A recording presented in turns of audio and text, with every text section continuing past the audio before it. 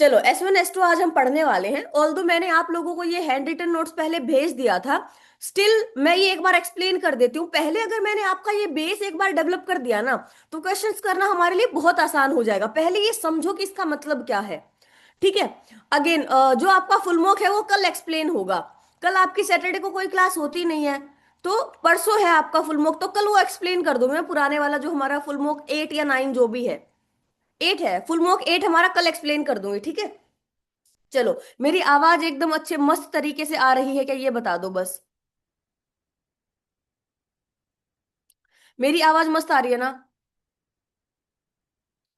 ठीक है, डन। किसी को इश्यू आ रहा है तो प्लीज आप डिस्कनेक्ट करके कनेक्ट करिए। एक लिख रहा है हाई पिच। ये जो तुम लोग थोड़ी बहुत फिजिक्स पढ़ के मुझ पर ही अपनी नॉलेज यूज कर रहे हो ना, अच्छी बात नहीं है बेटा ये। ठीक है।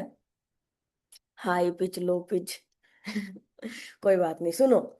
हम S1 S2 पढ़ने वाले हैं। हमारे पास दो नए टॉपिक हैं जो आपके लिए सिरदर्द बने हुए हैं, जो आपके लिए गले की हड्डी बनी हुई है, ठीक है। तो हमारे पास एक है S1 S2 and second one is discourse marker. Discourse marker आप लोग बोल रहे थे कि इस वीक डिस्कोर्स मार्कर करा दीजिए। तो यार, एक ही बार में मतलब इतनी जल्दी जल्दी चीजें नहीं होती ना, आप तो इम्पेशेंट हो जाते हो कि ये चीज हो जाए वो चीज हो जाए। तो डिस्कोर्स मार्कर एफ कैट वाले वीक के बाद करेंगे, क्योंकि एफ कैट में तो आपका डिस्कोर्स मार्कर आएगा नहीं। ठीक है। तो हम फैब के फर्स्ट वीक में डिस्कोर्स मार्कर पक्का से कर लेंगे। अभी S1 S2 एक नया टॉपिक है, उसको हजम करिए एक हफ्ते। ठीक है। एक हफ्ते इस S1 S2 वाले टॉपिक को अपना डाइजेस्ट करिए। देन आपको नेक्स्ट वीक मिल जाएगा डिस्कोर्स मार्कर, एंड देन ऐसे ही हम प्रैक्टिस कर लेंगे। तो ये दोनों टॉपिक हमारे जो नए टॉपिक हैं, 10-10 क्वेश्चन जिसके आते हैं, हम डन कर लेंगे, ठीक है। चलो, सबसे पहले है हमारे पास एक वर्ड है कोरोबोरेट। ध्यान से सुनना है, अभी चुपचाप बैठ जाओ। ठीक है। नहीं, एफकेट में नहीं आएगा।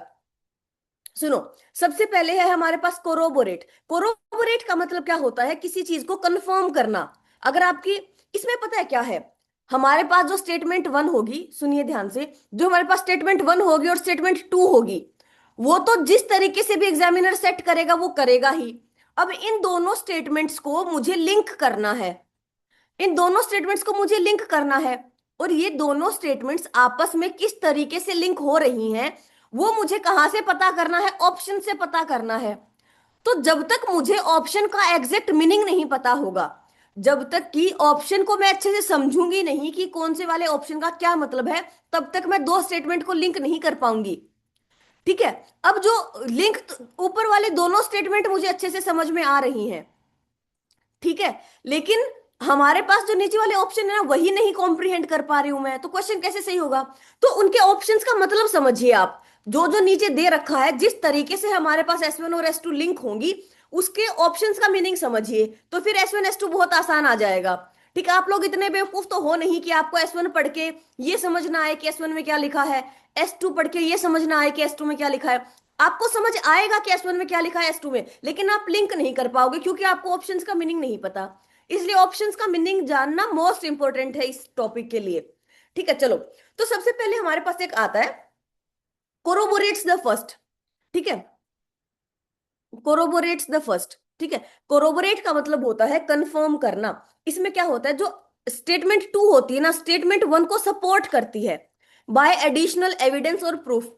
एडिशनल एविडेंस या प्रूफ देके हमारी जो स्टेटमेंट 2 है वो स्टेटमेंट 1 को सपोर्ट करती है, मतलब कंफर्म कर देगी उस पहले वाली चीज को। हमने स्टेटमेंट 1 में कोई एक बात लिखी, उसके ही फेवर में अगर हमने कोई एडिशनल एविडेंस या प्रूफ प्रोवाइड करा है, उसको सपोर्ट प्रोवाइड करने के लिए, तो हमारे पास क्या होता है? कोरोबोरेट होता है, मतलब पहली बात को कंफर्म कर देना। इसका मतलब हमारे पास क्या, हमारे पास एंड कंक्लूजन क्या होगा? हमारे पास स्टेटमेंट 1 और स्टेटमेंट 2 का कंक्लूजन सेम रहेगा। मतलब स्टेटमेंट 1 को पढ़ के हम जो बात सोच रहे थे, स्टेटमेंट 2 पढ़ के भी हमें वही बात आएगी, सेम कंक्लूजन होगा, बट थोड़ा सा स्ट्रोंगर हो जाएगा। स्ट्रोंगर क्यों हो जाएगा? क्योंकि हमारे पास एविडेंस है। आप लोगों को बस थोड़ा सा ये समझना है, जब हम क्वेश्चन करेंगे तो बहुत आराम से समझ में आएगा। अभी सिर्फ इसका मीनिंग समझने की कोशिश करिए, अभी ये मत सोचिए कि कैसे। ठीक है। तो थोड़ा देखो, जैसे मैथ्स के क्वेश्चन करने के लिए हमें थोड़ा बेसिक वाली चीजों को कैप्चर करके रखना पड़ता है, वैसे ही एक बार इनका मीनिंग समझ के रखिए, फिर इसके नॉलेज को इंप्लीमेंट करेंगे क्वेश्चंस में। चलो, सेकंड है हमारे पास कोइंसाइड। कोइंसाइड का मतलब होता है S1 एंड S2 एग्री और मैच। कोइंसाइड का मतलब क्या होता है? मेल खाना। कोइंसाइड करना मतलब जो ऊपर वाली जो स्टेटमेंट लिखी है ना उसी में अग्री कर रही है, उसके साथ अग्री कर रही है, ठीक है। तो स्टेटमेंट वन और स्टेटमेंट टू अग्री करती हैं और मैच करती हैं, एक दूसरे के साथ सेम सेम होती हैं, but without adding proof. Corroborate में क्या है? हम एक और प्रूफ ऐड कर रहे हैं, कोई एविडेंस ऐड कर रहे हैं। इसमें क्या है? स्टेटमेंट वन स्टेटमेंट टू से सहमति जता रही है, ठीक है। स्टेटमेंट वन स्टेटमेंट टू से सहमति जता रही है, अग्री कर रही है या मैच कर रही है, ठीक है। बस ये बात ध्यान रखना है। सेम स्टेटमेंट होगी, नो न्यू रीजनिंग, कोई नई रीजनिंग नहीं लगेगी, सेम स्टेटमेंट होगी जो कि एक दूसरे से सहमति जता रही है, ठीक है। बाकी और क्या हो सकता है इस पे ध्यान मत दीजिए, सिर्फ उस पर्टिकुलर वर्ड को समझते हुए चलिए, प्लीज, इट्स अ रिक्वेस्ट। जब क्वेश्चंस करोगे आपको सब कुछ क्लियरली समझ आ जाएगा, प्लीज उस वर्ड को समझने पे फोकस करिए। कॉन्ट्राडिक्ट। कॉन्ट्राडिक्ट का मतलब क्या होता है? S two directly denies S one, ठीक है। कॉन्ट्रास्ट का मतलब क्या होता है? S two shows a difference. इसके लिए मैं आप लोगों को एक टेबल बनाती हूँ, देखो। हमारे पास मान लो ये कि ये बेस है, ठीक है। इसके ऊपर मैंने एक स्टेटमेंट लिखी, ठीक है। This one is our statement one, ठीक है, ये हमारी स्टेटमेंट वन है। अब अगर मैंने इसी स्टेटमेंट पे दोबारा से थोड़ा सा एम्फेसिस डालते हुए, इसी स्टेटमेंट पे थोड़ा सा एम्फेसिस डालते हुए दोबारा से इसी स्टेटमेंट को कह दिया इन अदर वर्ड्स, तो ये हमारा क्या हो जाएगा? रीइटरेट। रिट्रेट का मतलब क्या होता है? रिट्रेट का मतलब होता है टू से अगेन, ठीक है। दोबारा से किसी बात को कहना, ठीक है, ठीक है, दोबारा से किसी बात को कहना। अब हमारे पास, आप लोगों ने ये सुना है क्या कि हमारे पास एक प्रोग्रेसिव इकोनॉमी होती है जहां पे प्रोग्रेस हो रही होती है, ठीक है। डी वाले वर्ड्स में भी मैंने आपको बताया है, ठीक है। अब ये हमारे पास प्रोग्रेस हो रही होती है, समझ रहे हैं आप? प्रोग्रेस। प्रोग्रेस का उल्टा क्या होता है? प्रोग्रेस का उल्टा होता है रिग्रेस। डिग्रेस प्रोग्रेस का उल्टा नहीं होता है। फिर हमारे पास एक वर्ड होता है जिसमें थोड़ा सा डेविएशन आता है, ये क्या है हमारे पास? डिग्रेस है। डिग्रेस का डी वाले वर्ड्स में मैंने आपको बहुत अच्छे से समझाया है। डिग्रेस का मतलब होता है डेविएट होना, ठीक है। आपने ये बात बोली, आप इससे थोड़ा सा हट के, थोड़ा सा एक अलग ओपिनियन रख रहे हो, आप थोड़ा सा डेविएट हो रहे हो, डाइवर्ट हो रहे हो, एक अलग अप्रोच रख रहे हो कोई काम करने को, उसको क्या बोलते हैं? डिग्रेस बोलते हैं। और ये क्या है? रिग्रेस। ये मैंने आपको क्यों बताया, अभी बताती हूं, देखो। हमारे पास स्टेटमेंट वन है, अगर मैंने उसी बात को दोहराते हुए, ध्यान से सुनिए, उसी बात को दोहराते हुए मैंने दोबारा बोल दिया, तो मैंने क्या कर दिया? रीइटरेट कर दिया। रिटरेट का मतलब होता है टू से अगेन। अब ये हमारे पास प्रोग्रेसिव पाथ है, इसका अपोजिट क्या हो जाएगा? इसका अपोजिट हो जाएगा हमारे पास रिग्रेस। तो अगर हमारे पास इसके एकदम अपोजिट जो बात जा रही है वो हमारे पास क्या हो जाएगा? कॉन्ट्रडिक्ट हो जाएगा। कॉन्ट्रडिक्ट क्या हो जाएगा? एस वन का जब अपोजिट होगा, एकदम उसका अपोजिट जब वो बात चली जाएगी ना, उसको हम क्या बोलेंगे? कॉन्ट्रडिक्ट हम बोलेंगे, ठीक है। अब देखो, अब हमारी एस वन वाली जो स्टेटमेंट थी वो ये थी। अब इससे थोड़ा सा डेविएट होके, इससे थोड़ा सा अलग अप्रोच में रख रही हूं, ठीक है। इससे थोड़ा सा डिफरेंट एक एस्पेक्ट में दे रही हूं, डिफरेंट, डिफरेंट डेविएट, एक नई अप्रोच में किसी चीज को रख रही हूं, ठीक है। उसके लिए हम क्या बोलते हैं? ये हमारी जो स्टेटमेंट टू है ये क्या कर रही है? कॉन्ट्रास्ट कर रही है। समझ में आया? जब स्टेटमेंट वन से थोड़ा सा हटके एक नई अप्रोच, थोड़ा सा डिफरेंट डेविएट अप्रोच होगी ना, उससे थोड़ा सा अलग बात होगी। कॉन्ट्रास्ट का मतलब होता है अलग, डिफरेंट, नॉट अपोजिट। इसका मतलब अपोजिट नहीं है, इसका मतलब है अलग, डिफरेंट होना। आपने जो एस वन में जो बात लिखी है उससे आप एक थोड़ा सा डेविएट हो रहे हो, उससे थोड़ी हटके बात कर रहे हो, ये हमारे पास क्या होती है? कॉन्ट्रास्ट हमारे पास होती है, ठीक है।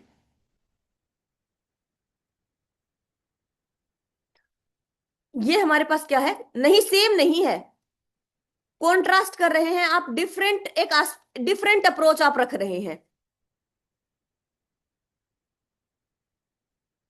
डिफरेंट अप्रोच आप रख रहे हैं, ठीक है। अब देखो, अब इसके बाद एक हमारे पास आती है रीबट्स द फर्स्ट, ऐसा करके आती है, रिफ्यूट्स द फर्स्ट। तो एग्जाम्पल हमारे पास अभी क्वेश्चंस में आएंगे प्रीत, सिर्फ इन वर्ड्स को समझिए। आप अभी ये समझ लेंगे, आपको बहुत आराम से ये दिमाग में रह जाएगा, ठीक है। कॉन्ट्रास्ट डिग्रेस सेम है। डिग्रेस का मतलब होता है डेविएट होना, इसलिए मैंने आपको ये बना के दिखाया, क्योंकि आप प्रोग्रेस रिग्रेस डिग्रेस को अच्छे से समझ पाएंगे, ताकि फिर आप कॉन्ट्रास्ट कॉन्ट्राडिक्ट को समझ पाए, इसलिए ये पैरेलल एक एग्जांपल बना के दिखाया है, ठीक है। चलो, तो हमारे पास क्या है, कॉन्ट्राडिक्ट का मतलब होता है जो स्टेटमेंट टू है वो स्टेटमेंट वन को डायरेक्टली डिनाई करती है, डायरेक्टली अपोज करती है, ठीक है। वन मस्ट बी फॉल्स, ये जरूरी नहीं है।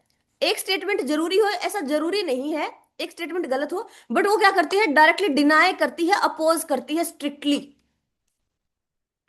स्ट्रिक्टली जब अपोज करती है उसको उसको कॉन्ट्राडिक्ट बोलते हैं, ठीक है। हाँ जी सिद्धार्थ आर्यन। कॉन्ट्रैक्ट में, कॉन्ट्रास्ट में क्या है, अलग होना, डिफरेंट होना। S2 है जो वो एक डिफरेंस शो करती है, एक डेविएशन शो करती है, डिफरेंट अप्रोच दिखाती है, लेकिन डिनाई नहीं करती है। डिफरेंस होगा, अपोजिशन नहीं होगा, ठीक है। स्टेटमेंट वन के अपोजिट नहीं है, थोड़ा सा डिफरेंट है, ठीक है। चलो, सिर्फ, अरे इतना मुश्किल है ही नहीं। सिर्फ ऐसा नहीं है कि आपको एकदम बाल की खाल निकालनी है, एक बार ब्रॉडर व्यू में सिर्फ इसका मीनिंग समझते चलिए, आपको बहुत आराम से समझ में आएगा। अब देखो, जैसे हम क्वेश्चन करेंगे तो बहुत आराम से क्लियर होगा। देखो, हम जैसे सूट लेने जाते हैं, है ना, कपड़ा लेने जाते हैं, तो हम क्या दिखाते हैं, भैया कॉन्ट्रास्ट में दिखाइए। इसका मतलब ये नहीं है व्हाइट का अपोजिट क्या होता है, ब्लैक। इसमें मैं ये नहीं कह रही हूं कि ब्लैक दिखाइए, इसमें मैं ये कह रही हूँ कि पूरा का पूरा सूट व्हाइट ना हो, इसका रेड हो जाए, ऑरेंज हो जाए, ब्लैक हो, ब्लैक नहीं मतलब कुछ भी हो जाए। तो मतलब व्हाइट से कॉन्ट्रास्ट में, व्हाइट से थोड़ा अलग के साथ जो मैच हो ना वो दिखाइए, व्हाइट का अपोजिट ना हो, ठीक है। जो हमारे पास एक व्हाइट कलर है, उसका थोड़ा सा डिफरेंट एक कलर मिल जाए, व्हाइट से डिफरेंट कलर हो, उसका अपोजिट हमें नहीं चाहिए, डिफरेंट कलर चाहिए हमें। कॉन्ट्रास्ट का मतलब होता है डिफरेंट। चलो, कंफर्म का मतलब क्या होता है, S2 वेरीफाई कर देती है S1 को विद अथॉरिटी और सर्टेनिटी, ठीक है। सर्टेनिटी और अथॉरिटी के साथ S1 को वेरीफाई कर दिया, वैलिडेट कर दिया, ठीक है। S1 मतलब हमारी बात, पहली वाली जो बात है ना वो एकदम कंफर्म हो गई। स्टेटमेंट टू ने हमारे पास शक की कोई गुंजाइश नहीं छोड़ी। हाँ जी डी श्री, हमारे पास जो स्टेटमेंट टू है ना उसने शक की कोई गुंजाइश नहीं छोड़ी, शक की कोई गुंजाइश नहीं रही। चलो नेक्स्ट, क्वालिफाई। क्वालिफाई में आपको सबसे ज्यादा दिक्कत आती है। क्वालिफाई का मतलब होता है S2 लिमिट्स, मॉडिफाइज और एड्स कंडीशन टू S1। इसका मतलब क्या है, स्टेटमेंट टू को लिमिट कर देती है। देखो, अब अगर मैं बोलूं कि मुझे आप लोग अच्छे लगते हो, मैंने स्टेटमेंट वन रखी, बहुत सिंपल एग्जांपल समझो। स्टेटमेंट वन है, अगर मैंने ये बोला कि मुझे आप लोग अच्छे लगते हो, ठीक है। अब अगर मैं स्टेटमेंट टू में बोलूं सिर्फ तभी जब आप लोग पढ़ते हो, ठीक है, मुझे आप लोग अच्छे लगते हो लेकिन सिर्फ तभी जब आप लोग पढ़ते हो, क्या मैंने अपनी बात को कॉन्ट्रडिक्ट किया है? मैंने ये थोड़ी ना बोला है कि आप लोग अच्छे नहीं लगते हो, मैंने ये बोला है ना मुझे आप अच्छे लगते हो, लेकिन एक कंडीशन पे। उस पहले वाली बात को मैं लिमिट कर रही हूं, किस बात से, पढ़ने वाली बात से, ठीक है। तो S2 लिमिट्स, S2 हमारे पास लिमिट करती है, मॉडिफाई करती है, या फिर एक कंडीशन ऐड करती है, ठीक है। तो क्वालिफाई का मतलब क्या होता है, लिमिट रखना, कोई कंडीशन रखना, ठीक है, उसके लिए हम क्वालिफाई वर्ड का यूज करते हैं। हाँ जी, डाइल्यूट भी हो सकता है। आकांक्ष रुकिए, अपने hold your horses. Correlate, correlate का मतलब क्या होता है, जो हमारे पास स्टेटमेंट टू है ना वो स्टेटमेंट वन से कोई रिलेशनशिप या कनेक्शन होता है, ठीक है। अब कोरिलेट का मतलब क्या है, डायरेक्ट स्टेटमेंट टू है वो स्टेटमेंट वन से लिंक्ड होती है, ठीक है, उसका रिलेशनशिप होता है, कनेक्शन होता है, वो कारण नहीं बताती है। कोरिलेट वाले में क्या होगा, कोज एंड इफेक्ट नहीं होगा, उसमें ऐसा नहीं होगा कि कोई एक चीज कारण बन रही है और उसका प्रभाव हमें दिख रहा है। नॉर्मली जब दो स्टेटमेंट कनेक्ट हो रही हैं उसके लिए हम यूज करते हैं, ठीक है। प्रशांत बोल रहा है I like you but as a friend, example of qualify. Great Prashant, nice, हाँ यही है। कोरोबोरेट और कंफर्म एक ही बात है आर्यन, ठीक है। स्टिल अगर कोई ऐसा क्वेश्चन होगा जिसमें इसमें भी बहुत माइन्यूटली डिफरेंस हो तो वो आप समझ जाओगे। कोरोबोरेट में भी आप कंफर्म करते हो, कंफर्म में भी आप कंफर्म ही करते हो, ठीक है। रिट्रेट, रिट्रेट का मतलब क्या होता है, टू से अगेन। S2 रिपीट करती है S1 को इन डिफरेंट वर्ड्स, दूसरे शब्दों में ही S1 को रिपीट कर रहा है, कोई भी नई इंफॉर्मेशन नहीं है, पहले वाली बात पे ही एम्फेसिस डालने के लिए सेम बात कहना। रिट्रेट का मतलब ही क्या होता है? टू से अगेन, दोबारा से किसी बात को कहना। ठीक है। कोइंसाइड का मतलब होता है अग्री करना, सहमति जताना। इसका मतलब उन्हीं शब्दों को, इसमें यह बात है कि हमारे पास जो स्टेटमेंट वन है ना, उसी को कहा गया है स्टेटमेंट टू में। हमारे पास जो कोइंसाइड है उसमें स्टेटमेंट वन ही स्टेटमेंट टू नहीं होती, स्टेटमेंट टू सहमति जताती है स्टेटमेंट वन से। इसमें ये दोनों स्टेटमेंट्स एक जैसी ही होती है, सेम वर्ड्स, बस पैराफ्रेजिंग होती है। रिट्रेट में क्या होता है? रिट्रेट में पैराफ्रेजिंग होती है। पैराफ्रेजिंग क्या होता है? उन्हीं शब्दों को आगे पीछे पलट कर कहना। चलो, एनएल का मतलब क्या होता है? एनएल का मतलब होता है नलिफाई करना, cancels the effect of S1। इसमें क्या होता है? जो हमारे पास स्टेटमेंट वन है ना, स्टेटमेंट वन का जो इफेक्ट है वो जीरो हो जाता है। ठीक है। री इट आप अच्छा, आपको अगर नहीं समझ में आया है, रिट्रेट का मतलब होता है टू से अगेन, दोबारा से उसी बात को कहना रिट्रेट होता है। एग्जाम्पल दूंगी, बहुत अच्छे से समझ में आएगा। रिट्रेट का मतलब होता है टू से अगेन, वही बात दोबारा से बोलना, बोलना वही बात दोबारा से। ये मैंने रिट्रेट कर दिया मैंने ये रिट्रेट। ठीक है। मुझे तुम पसंद हो तुम मुझे, ये रिट्रेट है। उन्हीं शब्दों को घुमा के वही बात बोल दी मैंने, अपनी ही बात को दोबारा से बोलना। ठीक है। चलो, हमारे पास एनएल, एनएल का मतलब, एनएल नगेट, सेम ही बात होती है। एनएल करना, नगेट करना, नकारना। ठीक है। इसका मतलब क्या होता है? हमारे पास जो स्टेटमेंट वन है ना, वो स्टेटमेंट टू के इफेक्ट को जीरो कर देता है। ठीक है। जैसे देखो, अगर मान लो, इसके लिए एग्जांपल देती हूँ मैं हमेशा, हमारे पास, हाँ, यूएसए ने रशिया पे सैंक्शंस वो करे, इम्पोज करे। ठीक है। रशिया ने अगर, सॉरी, यूएसए ने अगर रशिया पे सैंक्शंस इंपोज करे, ठीक है, रशिया फिर भी, मतलब ट्रेड की, मतलब रशिया फिर भी ऑयल एंड पेट्रोलियम का ट्रेड कर रहा है, क्या उस सैंक्शंस की कोई वैल्यू बची?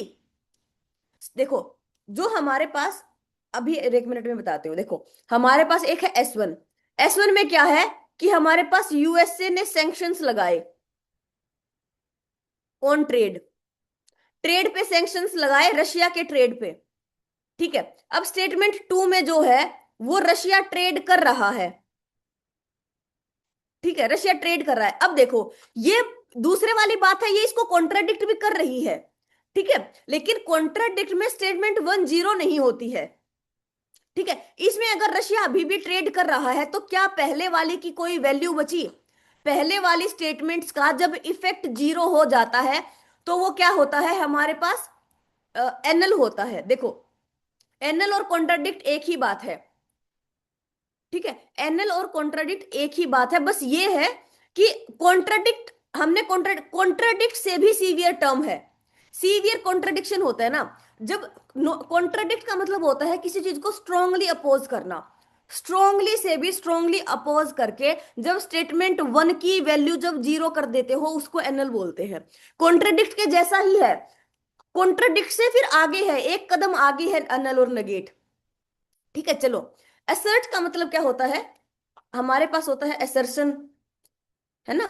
असर्शन का मतलब क्या होता है? डिक्लेरेशन, है ना, किसी चीज को क्लेम करना। तो असर्ट का मतलब क्या होता है? किसी चीज को फोर्सफुली कहना, दबाव, मतलब दबाव के साथ कहना, फोर्सफुली एम्फेसाइज करके कोई बात को कहना, क्लेम करना, बट एविडेंस नहीं है। एविडेंस हो जाएगा तो कोरोबोरेट और कंफर्म हो जाएगा। ठीक है। चलो, एक्सटेंशन, एक्सटेंशन का मतलब क्या होता है? स्टेटमेंट टू है, वो नई बात एड ऑन करती है स्टेटमेंट वन पे, गोज फर्दर। अभी इस डायग्राम को आगे कंटिन्यू करती हूं। देखो, हमने स्टेटमेंट वन वाली बात को ही दोबारा से अगर कहा, हाँ, अगर हमने स्टेटमेंट वन वाली बात को ही दोबारा कहा तो रीट्रेट कर दिया। ठीक है। अब हमारे पास स्टेटमेंट वन थी। ठीक है, दोबारा से यहां पे स्टेटमेंट वन बनाती हूं। ठीक है, स्टेटमेंट वन है, इसी के मंजिल पर, उसी की छत पे अब हम, मैं आगे एक बात एक्सटेंड कर रही हूं, तो ये क्या है? ये एक्सटेंशन है। ठीक है, एक्सटेंशन का मतलब क्या है, S1 के बिहाफ पे ही आगे फर्दर बात एड ऑन कर रही हूं, उसी के सिर पे बैठ के। रिट्रीट का मतलब है उसी से उसी बात को मैं दोबारा दोहरा रही हूं। ठीक है, चलो।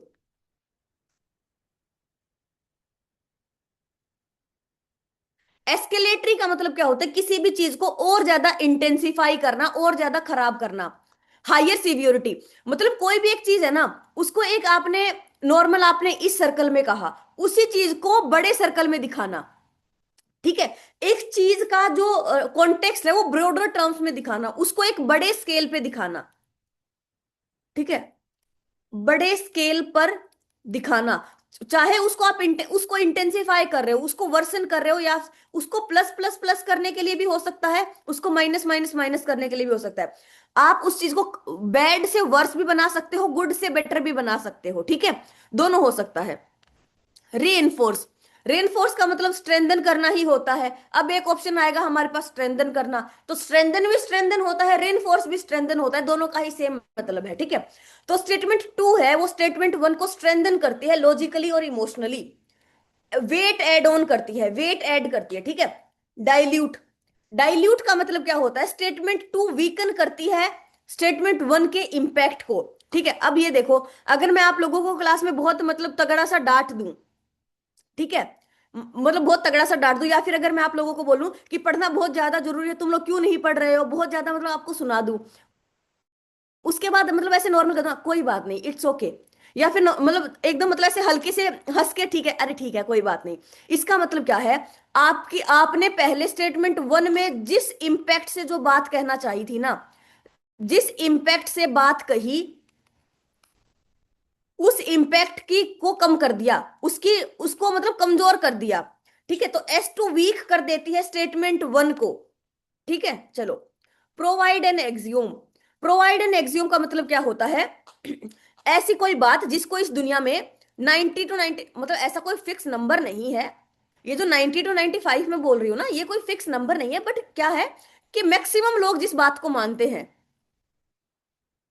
मैक्सिमम लोग उस बात को मानते हैं, उस बात या प्रिंसिपल को मानते हैं, प्रिंसिपल को मानते हैं। देखो वो कोई फैक्ट नहीं है। ठीक है, जैसे the sun rises in the east, axiom का मतलब ही होता है ओपिनियन, बट वो बहुत स्ट्रोंग ओपिनियन होता है।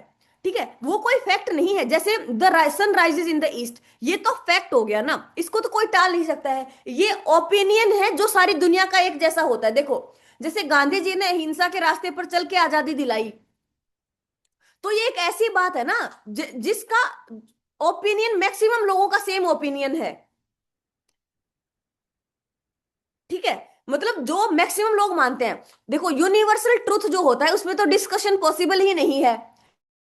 ये जो एक्सियोम है, इस पे एक इंसान का ओपिनियन होता है वो, और मैक्सिमम लोगों का जब सेम ही ओपिनियन होता है, मैक्सिमम सारी दुनिया जब एक ही बात को मानने लगे, तो मतलब वो क्या बन जाता है, वो एक्सियोम बन जाता है। वो एक यूनिवर्सल ट्रुथ की तरह दिखता है, लेकिन वो ट्रुथ है नहीं। एक, हाँ, मतलब वो फैक्ट नहीं है, वो चीज फैक्ट नहीं है, बट वो इतना ज्यादा स्ट्रॉन्ग ओपिनियन है कि सारी दुनिया मानती है। ठीक है, सारी दुनिया का मतलब है मैक्सिमम लोग मानते हैं, इक्का दुक्का नहीं मानते होंगे तो भी चलेगा। चलो, premise of the first, premise आप लोगों ने बचपन में वो लिखे हैं, एसेज लिखे हैं, उसमें हम भूमिका लिखते थे। तो प्रीमाइस का मतलब क्या होता है, भूमिका बनाना। ठीक है, भूमिका बनाना मतलब बेस बनाना। ठीक है, फाउंडेशन ले करना, किसी भी चीज का फाउंडेशन ले करना। ठीक है, अब देखो, अगर मैं बोलूं स्टेटमेंट वन मैंने बोला, all students, all students passed the exam, कि सब बच्चों का एग्जाम निकल गया। स्टेटमेंट टू में मैंने बोला all students worked very hard, बच्चों का एग्जाम निकल गया, बच्चों ने बहुत ज्यादा मेहनत की थी। तो हमारे पास जो स्टेटमेंट टू है, स्टेटमेंट टू स्टेटमेंट वन का बेस है ना, स्टेटमेंट टू जो है वो स्टेटमेंट वन का बेस है। मेहनत की तभी तो एग्जाम निकला, मतलब ये बेस है। ये फाउंडेशन बन रहा है अभी हमारा। अभी जो हम लोग मेहनत कर रहे हैं, दिस इज आवर बेस, हम अपना बेस बना रहे हैं, अपना फाउंडेशन लेकर रहे हैं। और तब उनका एग्जाम निकल गया, तो ये उसका रिजल्ट है। ठीक है, तो हमारे पास प्रीमाइस का मतलब होता है बेस, भूमिका बनाना। ठीक है, प्रोवाइड एन एनालॉजी, एनालॉजी आपने पढ़ा ही होगा, है ना, कि दो चीजें किस तरीके से कनेक्टेड है एक दूसरे से। ठीक है, जिस तरीके से कैट किटन से रिलेटेड है, उसी तरीके से हमारे पास जो डॉग है वो पपी से रिलेटेड है। इन द सेम वे, सिमिलरली, उसी तरीके से। ठीक है, ये सबको हम क्या बोलते हैं, एनालॉजी हम बोलते हैं। जब हम कंपैरिजन करते हैं क्लैरिटी के लिए, जब हम सिमिलरिटी दिखाते हैं दो चीजों में। हाँ, ऊपर वाले में कॉज एंड इफेक्ट भी हो सकता है, but statement two statement one होनी चाहिए, स्टेटमेंट वन स्टेटमेंट टू होनी चाहिए। ठीक है, जब ये उल्टा होगा तो हमारे पास हो जाएगा। अब आप लोगों को चाहे ये पढ़ के कितनी ही कंफ्यूजन मिली हुई हो, कितनी ही आपको क्लैरिटी मिली हो, कोई दिक्कत नहीं है। लेकिन जब आप क्वेश्चन करोगे तो आपका एकदम क्लियर हो जाएगा, इतना I can write it down. अभी आप लोगों ने ये समझा है। अभी आप जब क्वेश्चंस करोगे तो आपको बहुत अच्छे से समझ में आ जाएगा। इसमें अगर कुछ और ऑप्शंस बचे हैं वो मैं उस पेपर में ही आपको समझाऊंगी। ठीक है, चलो अभी क्वेश्चंस करो। क्वेश्चन करोगे तभी रियल फायदा है उन एग्जांपल्स को समझने का। क्वेश्चंस के थ्रू ही तो हमें समझ में आएगा। अरे कॉन्ट्रास्ट कॉन्ट्राडिक्ट अब दोबारा समझ में आ जाएगा, क्वेश्चंस के हिसाब से बहुत अच्छे से समझ में आएगा। कॉन्ट्रास्ट का मतलब होता है डिफरेंस, कॉन्ट्राडिक्ट का मतलब होता है अपोज करना। अब भी कुछ समझ नहीं आया ना, इसका मतलब क्वेश्चन करके ही आपको दिमाग में जाएगी वो बात। चलो क्वेश्चंस करते हैं। क्वेश्चंस कर देखो। Experience is the best teacher, experience best teacher है।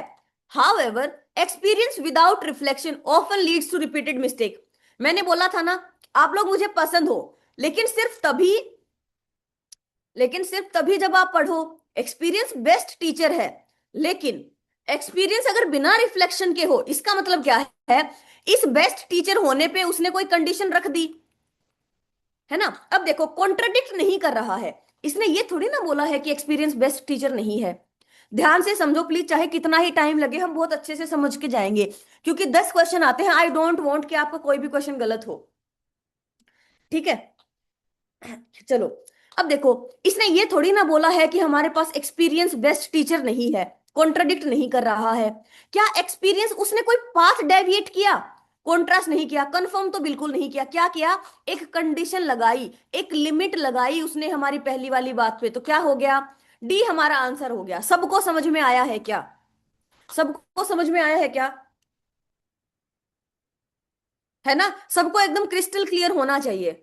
ठीक है, चलो। और हाँ, हमेशा जब भी हम क्वेश्चंस करेंगे एलिमिनेट कर करके करेंगे।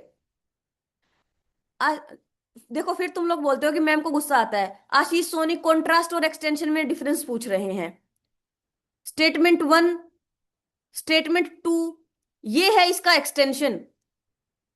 उसी बात के पर के आगे कुछ बात कहना, ये है, ये जो है ना हमारे पास, ये मान लो स्टेटमेंट वन है, ये हमारे पास कॉन्ट्रास्ट है आशीष सोनी। ठीक है, चलो done. Regular physical exercise improves mental health. Regular physical exercise mental health को इंप्रूव करती है। ठीक है, numerous clinical studies have shown lower anxiety levels among people who exercise consistently. इसने क्या बोला है, अगर आप फिजिकल एक्सरसाइज करोगे ना तो आपकी मेंटल हेल्थ इंप्रूव होगी। हमें क्लिनिकल स्टडीज ने क्या बताया है कि एंजाइटी कम हो रही है, मतलब मेंटल हेल्थ इंप्रूव हो रही है एक्सरसाइज कम, डेली एक्सरसाइज करने से। आप लोग बता दो क्या होगा। कॉन्ट्रडिक्ट कर रही है नहीं, कोइंसाइड कर रही है नहीं, मतलब अग्री तो कर ही कर रही है, लेकिन उसने स्टडीज हैव शोन, उसने हमें कोई एविडेंस दिया ना, उसने हमें कोई एविडेंस दिया है, कोई प्रूफ दिया है, तो पहली वाली बात कंफर्म हो गई ना। उसने एक बात रखी कि मेंटल हेल्थ इंप्रूव होती है फिजिकल एक्सरसाइज से। फिर उसने बताया कि हमारे पास कुछ स्टडीज ऐसी हैं जो बता रही हैं हमें कि एंजाइटी लेवल्स कम हो रहा है जो लोग एक्सरसाइज करते हैं। इसका मतलब पहले वाली बात को कंफर्म कर दिया, कोरोबोरेट हमारे पास हो जाएगा।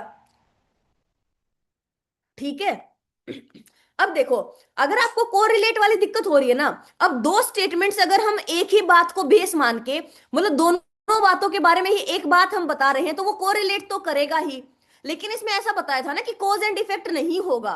कोरिलेट में मैंने क्या बताया था कि हमारे पास लिंक होगा, वो दो चीजें आपस में लिंक हो रही होंगी, उन दोनों का रिलेशनशिप होगा, लेकिन कॉज एंड इफेक्ट नहीं होगा।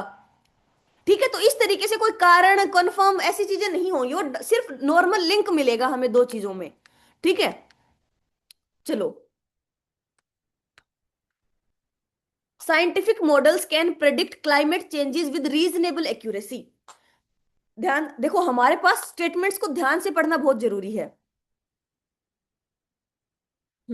साइंटिफिक मॉडल्स हैं, वो can predict climate pattern. Scientific models climate patterns को प्रेडिक्ट कर सकते हैं with reasonable accuracy, with logical accuracy. ठीक है, सच प्रेडिक्शंस बिकम अनरिलायबल। अच्छा, अनरिलायबल हो जाते हैं। हमारे पास पॉजिटिव बात बोली है इसने, ठीक है। अब इसने हमारे पास नेगेटिव बात बोल दी, लेकिन ये अनरिलायबल हो जाते हैं कब? जब लॉन्ग टर्म कंडीशन, जब long term chaotic variable dominate कर जाते हैं, मतलब कोई ना कोई कंडीशन लगा दी। अरे हमें वो बहुत एक्यूरेसी के साथ काम तो दे रहे हैं, लेकिन एक दिक्कत है, जब लॉन्ग टर्म केओटिक वेरिएबल आ जाते हैं, डोमिनेट करते हैं, तो दिक्कत हो जाती है। कॉन्ट्राडिक्ट नहीं है, एक्सप्लेन नहीं है। Limits on the assertion made in first. किस किस को अब ये मुश्किल लग रहे हैं? मस्त मजा आ रहा है क्या तुम लोगों को? चलो चलो, इजी पीजी एकदम, देखना सारे मस्त समझ में आएंगे। देखो, certainty often provide psychological comfort. देखो, अब अगर मैं आप लोगों को ये बोल दूं कि सर्टेनिटी मतलब आप लोगों को अगर निश्चितता मिल जाएगी ना, जब आप लोगों को अगर मैं बोल दूं कि आपका पेपर निकल जाएगा, तो आपको कंफर्ट आ जाएगा ना। आप इतना मतलब इम्पल्सिव नहीं रहोगे। आप लोग मतलब वो जो हमारे पास सर्टेनिटी है ना, जैसे जब तक आपका कुछ फिक्स नहीं हो रहा है तब तक आप इधर उधर भागते हो। सर्टेनिटी किसी भी इंसान को साइकोलॉजिकल कंफर्ट देती है। ठीक है, doubt rather than conviction. Conviction का मतलब क्या होता है? कन्विक्शन का मतलब होता है स्ट्रॉन्ग ओपिनियन। एक तो कन्विक्शन का मतलब वो भी होता है किसी को कन्विक्ट करना, किसी पे मतलब आरोप लगाना। एक कन्विक्शन का मतलब होता है स्ट्रॉन्ग ओपिनियन। जबकि जो डाउट है, इसको तुम हटा भी दोगे तो भी कोई फर्क नहीं पड़ेगा, ठीक है। लेकिन जो डाउट है वो क्या करता है, वो इंक्वायरी को अलाइव रखता है। क्या इसने उसी बात को दोबारा बोला है? नहीं। एनएल का मतलब क्या होता है? एनएल का मतलब होता है कैंसिल कर देना। क्या पहले वाली बात को इसने नगेट करा? नहीं, इसने ये कहा है कि सर्टेनिटी कंफर्ट नहीं देती है। एनएल नहीं कर रहा है।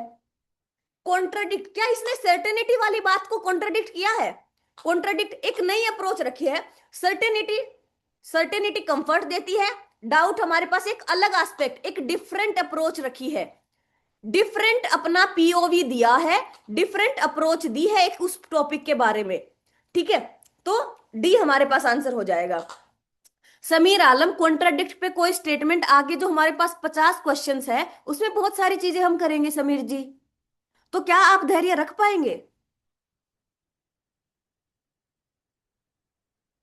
चलो,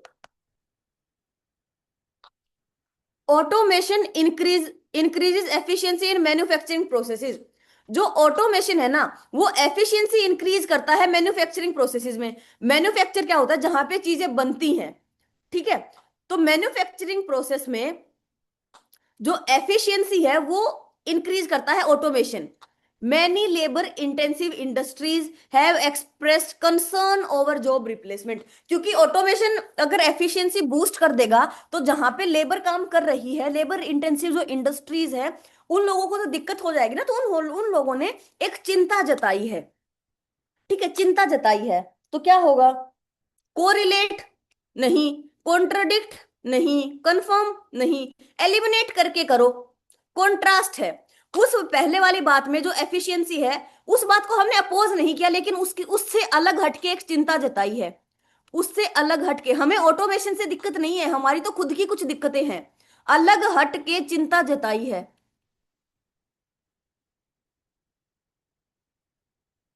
ठीक है, तो सी हमारे पास हो जाएगा। चलो, nuclear energy produces large amounts of power. Nuclear energy produce करती है large amount of power with minimal carbon emissions. बहुत कार्बन एमिशंस को बहुत कम, मतलब कम से कम कार्बन को एमिट करते हुए जो न्यूक्लियर एनर्जी है, बहुत बड़ी मात्रा में पावर को प्रोड्यूस करती है। ठीक है, पब्लिक रेजिस्टेंस, लेकिन पब्लिक उस चीज को पे क्या कर रही है? रोक लगा रही है।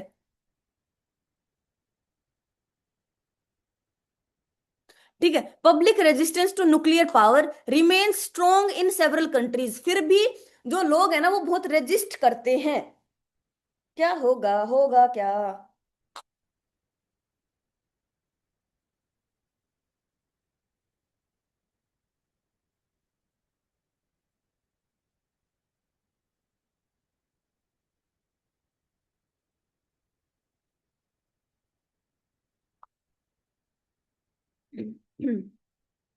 कॉन्ट्रडिक्ट्स, कॉन्ट्रास्ट अगेन चार्ली, पुराने वाले क्वेश्चन के जैसा ही क्वेश्चन है हमारे पास, है ना? बहुत आसान, चलो।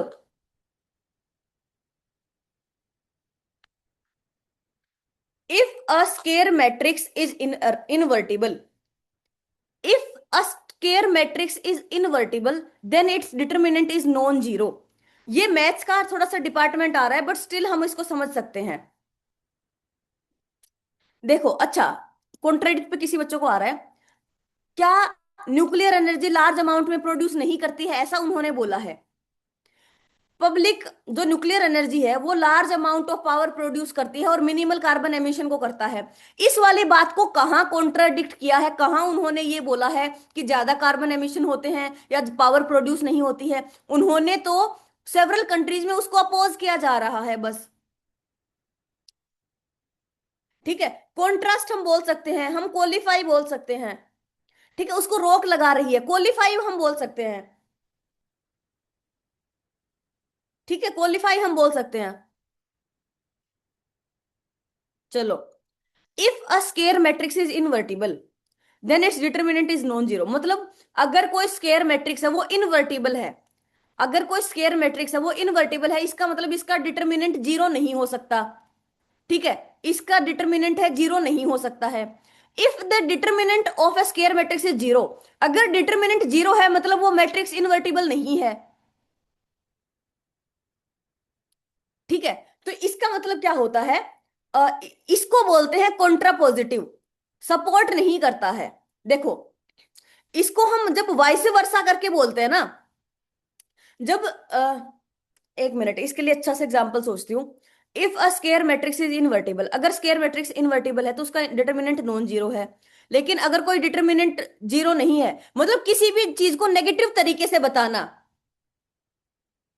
देखो, इसको कॉन्ट्रापोजिटिव को पता है क्या बोलते हैं? दोनों स्टेटमेंट्स, एक स्टेटमेंट बोली है, दूसरे स्टेटमेंट में वही बात बोली है लेकिन नेगेटिव तरीके से। ठीक है, देखो, आ, हाँ, वाइसी वर्सा, वाइसी वर्सा के जैसे होता है। If you study hard you will pass, अगर तुम पढ़ोगे तो पास हो जाओगे। ठीक है, if you do not study hard you won't pass. ठीक है, ये होता है कॉन्ट्रा पॉजिटिव दिखाना। ठीक है, इसको बोलते हैं कॉन्ट्रा पॉजिटिव हमारे पास दिखाना, मतलब नेगेटिव स्टेटमेंट, पहले वाली बात को ही उन्होंने असर्ट करा है नेगेटिव तरीके से। ठीक है, डिटर्मिनेंट अगर जीरो है तो इन्वर्टिबल नहीं है, अगर इन्वर्टिबल है तो नॉन जीरो, मतलब सेम ही बात को दूसरे तरीके से कहना। ठीक है, तो क्या हो जाएगा हमारे पास? कॉन्ट्रडिक्ट नहीं है, सपोर्ट नहीं है, कोरिलेट नहीं है, कॉन्ट्रा पॉजिटिव है। कॉन्ट्रा पॉजिटिव का मतलब क्या होता है? आप कॉन्ट्रास्ट पॉइंट दिखाते हो, नेगेटिव तरीके से उस चीज को बोलते हो। ठीक है, उसके लिए हम बोलते हैं एक सेम ही बात को एक पॉजिटिव और एक नेगेटिव तरीके से दिखाना। चलो, a literary work can be classified as satire only if it employs irony as a central device. Literary work को हम बोल सकते हैं, एक सटायर बोल सकते हैं, सिर्फ तभी अगर उसमें उसकी सेंट्रल डिवाइस है वो आयरनी हो। A literary works employs irony as a central device if only, if and only if it can be classified. ये रीइटरेट हो सकता है, ये रीइटरेट हो सकता है। ठीक है, लेकिन तुम लोग बता दो इसका क्या है आंसर।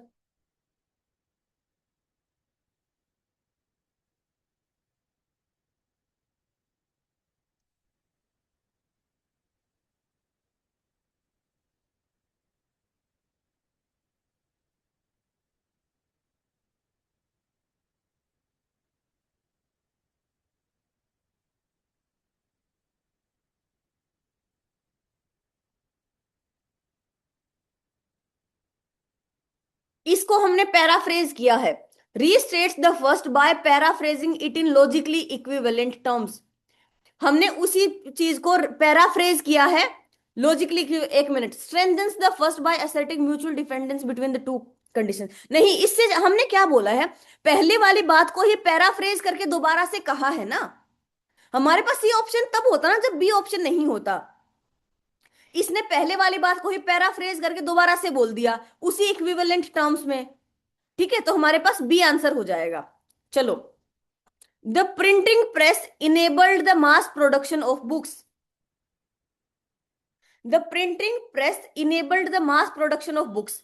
प्रिंटिंग प्रेस की वजह से बहुत सारे मास बुक्स बनने लग गई।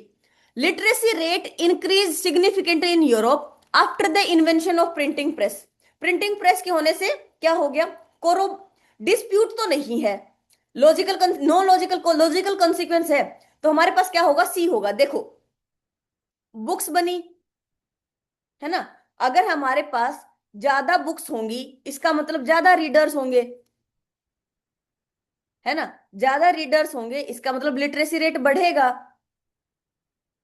तो हमारे पास क्या है, लॉजिकल कॉन्सिक्वेंस है। कॉन्सिक्वेंस का मतलब होता है इफेक्ट रिजल्ट। लॉजिकल रिजल्ट है ना, ऑफ कोर्स लिटरेसी रेट तो बढ़ेगा अगर बुक्स बढ़ेंगी तो। ठीक है, बहुत आसान बेहतरीन question. No legal punishment is justified without proof of guilt. No legal punishment is justified without proof of guilt. जब तक कि आपको गिल्टी साबित नहीं किया जा सकता आपको लीगल पनिशमेंट नहीं दी जा सकती। If there is no proof of guilt legal punishment is not justified. क्या इसमें कॉन्ट्रापोजिटिव हो रहा है, कोई no legal punishment is justified without proof of guilt. बिना गिल्ट हुए, बिना गिल्टी पाए गए आपको पनिशमेंट नहीं दी जा सकती। अगर कोई प्रूफ ऑफ गिल्ट नहीं मिला है तो लीगल पनिशमेंट जस्टिफाइड नहीं है, कॉन्ट्रापोजिटिव हो रहा है ना। तो हमारे पास एक पॉजिटिव तरीके से और एक नेगेटिव तरीके से बात बोल रहे हैं, सेम ही बात। तो हमारे पास क्या हो जाएगा, स्टेट्स एंड द कॉन्ट्रापोजिटिव हमारे पास होता है। ठीक है, चलो। The ISRO was establish in 1969। 1969 में इसरो को इस्टेब्लिश किया गया। ISRO successfully launch the Mars orbiter mission in 2013। Poll देती हूं, अगर ये क्वेश्चन गलत हुआ ना तो देख लेना।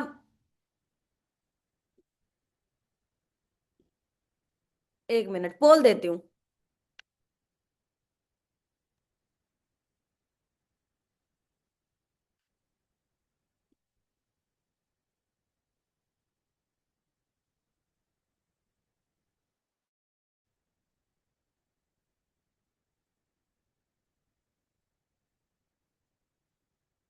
अच्छा, एक मिनट।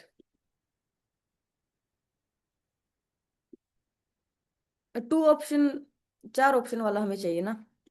एक सेकंड रुकिए, मैं आपको पोल देती हूँ और देन यू विल आंसर।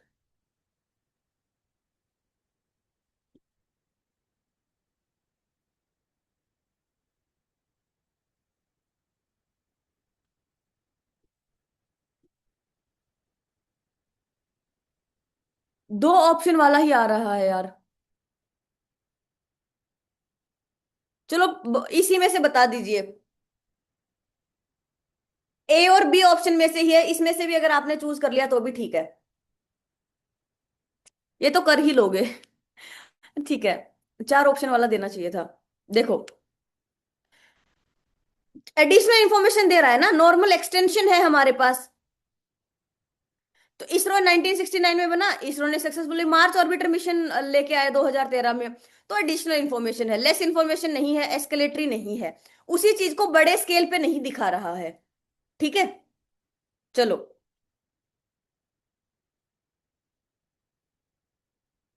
94% लोगों का सही है, 6% लोगों का ये भी गलत है। चलो।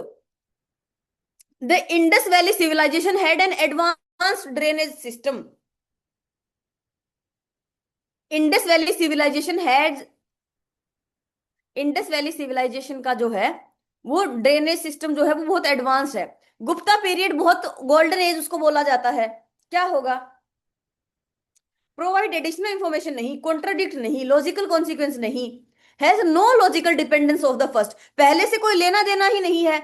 इंडस वैली सिविलाइजेशन की बात कर रहे हैं, गुप्ता पीरियड की बात कर रहे हैं, कोई लेना देना नहीं है आपस में। चलो, literary modernism arose partly as a reaction against established convention. जो लिटरेरी मॉडर्निज्म है ना, वो कहां से उत्पन्न हुआ? अरोज का मतलब होता है वहां से उत्पन्न होना, partly as a reaction against established convention. ठीक है, अभी तक जो भी प्रथाएं चली आ रही है, कन्वेंशन क्या होता है? जो ट्रेडिशंस, प्रथा, जो ट्रेडिशंस होते हैं ना, जो ट्रेडिशंस होते हैं, जो बने बनाए इस्टेब्लिश जो कन्वेंशंस हैं, उनके खिलाफ जो एक रिएक्शन आता है ना, वहां से लिटरेरी मॉडर्निज्म का जन्म हुआ है। Modernist writers often reject linear narrative and traditional forms. जो ट्रेडिशनल फॉर्म्स और लीनियर, मतलब लीनियर का मतलब होता है एक लाइन में चलने वाले, ठीक है, लीनियर नैरेटिव्स जो हैं और ट्रेडिशनल ट्रेडिशनल फॉर्म्स हैं, उनको रिजेक्ट करते हैं। क्या होगा? बता दीजिए बच्चा पार्टी।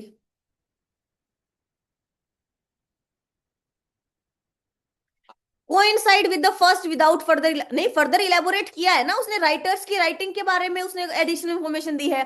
नहीं। कॉन्ट्रडिक्ट द कॉजल इम्प्लिक, कॉन्ट्रडिक्ट कहां कर रहा है? सेम बात बोल रहा है, यहां पे बोल रहा है ना, उसके अगेंस्ट रिएक्शन आया है और रिजेक्ट किया है, ये नहीं होगा। Substitute the first, substitute the first नहीं होगा। सब्स्टिट्यूट का मतलब होता है रिप्लेस करना। क्या रिप्लेस किया है? नहीं। Illustrates the historical claim made in the first. ठीक है, इलुस्ट्रेट का मतलब होता है टू गिव एग्जाम्पल। इलुस्ट्रेट का क्या मतलब होता है? To give example. ठीक है, एग्जाम्पल दे के किसी चीज को करना। अरे एलिमिनेट कर करके करो ना सोलू रॉय। अगर आप लोगों को ये लाइक थोड़ा सा अगर दिक्कत आ रही तो एलिमिनेट कर करके करो। क्या कोई फर्दर एलेबोरेशन नहीं है? इलेबोरेशन है, कॉन्ट्राडिक्ट नहीं कर रहा है, रिप्लेस तो नहीं कर रहा है। अब आपको इसलिए दिक्कत आई होगी, आपको ये सब्स्टिट्यूट का मतलब ही नहीं पता है। ठीक है, हाँ रिजेक्ट कर रहा है, यहां पे भी तो इस्टेब्लिश्ड कन्वेंशन के खिलाफ जा रहा है। रिएक्शन अगेंस्ट का मतलब क्या होता है? खिलाफ जाना। खिलाफ जाना तो रिजेक्ट कर रहा है, इसी पर्टिकुलर बात को उसने आगे इलेबोरेट किया है ना। ये रिजेक्ट पहली स्टेटमेंट को नहीं कर रहा है, वो ट्रेडिशनल फॉर्म्स को रिजेक्ट कर रहा है, और इस्टेब्लिश ट्रेडिशंस के खिलाफ वो ऊपर भी जा रहा था। ठीक है, चलो। Historical narratives are seldom free from ideological influence. जो हिस्टोरिकल नैरेटिव्स होते हैं ना, नैरेटिव्स का मतलब होता है जो आइडियाज ओपिनियंस होते हैं। हिस्टोरिकल आइडियाज आर सेल्डम, मतलब ना के बराबर वो फ्री होते हैं आइडियोलॉजिकल इन्फ्लुएंस से। मतलब कोई भी इंसान, ध्यान से समझो इन वाली स्टेटमेंट को, यहाँ पे थोड़ी कॉम्प्लेक्स स्टेटमेंट्स आई हैं, ध्यान से समझिए। जो हमारे पास हिस्टोरिकल नैरेटिव होते हैं, जो भी इंसान जो हिस्ट्री लिखता है, वो कभी, मतलब वो कभी फ्री नहीं होता अपनी आइडियोलॉजी से।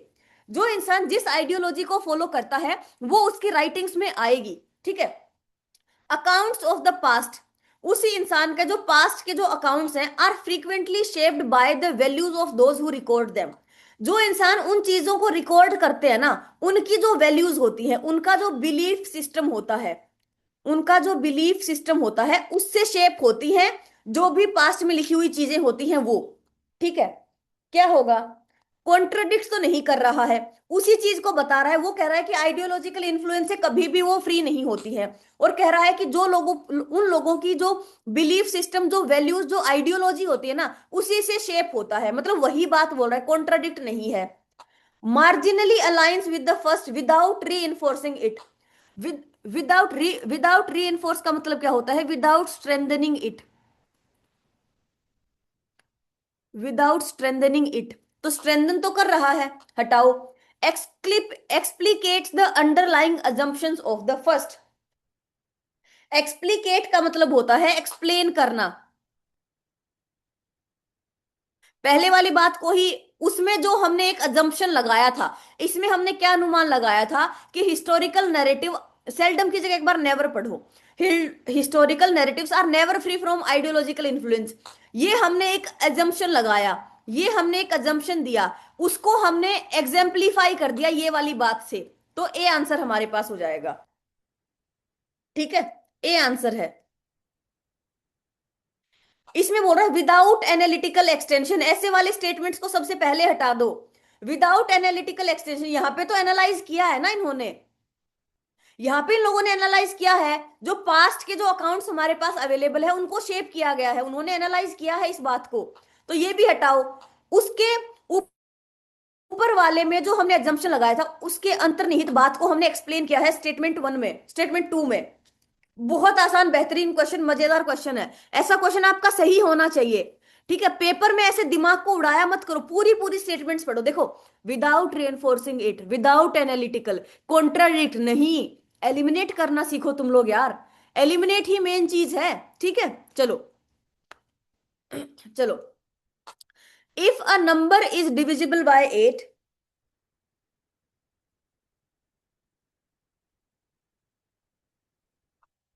If a number is divisible by 8 then it is divisible by 4। एक नंबर जो 8 से विभाजित है वो 4 से भी डिविजिबल है। A number that is divisible by 4 मे और may not be divisible by 8। तो कॉन्ट्रा पॉजिटिव तो नहीं है। कॉन्ट्रा पॉजिटिव में उसी सेम बात को हम नेगेटिव तरीके से बोलते हैं, बट इसमें ये पूरी बात हमने दोबारा से नहीं दोहराई है ना, यही बात हमने दोबारा से नहीं दोहराई। नहीं, रीस्टेट्स द फर्स्ट, पहली बात को दोबारा से नहीं बोला है। इस्टेब्लिशेस अ बाई कंडीशनल, ये नहीं होगा। बाय कंडीशन का मतलब होता है जब दोनों कंडीशंस, बाय कंडीशन, अच्छा पहले भी आया था ये, हमें शायद बताना भूल गई थी। बोथ द कंडीशन, जब हमारे पास जो दोनों कंडीशन होती हैं वो एक दूसरे पे डिपेंड करती हैं।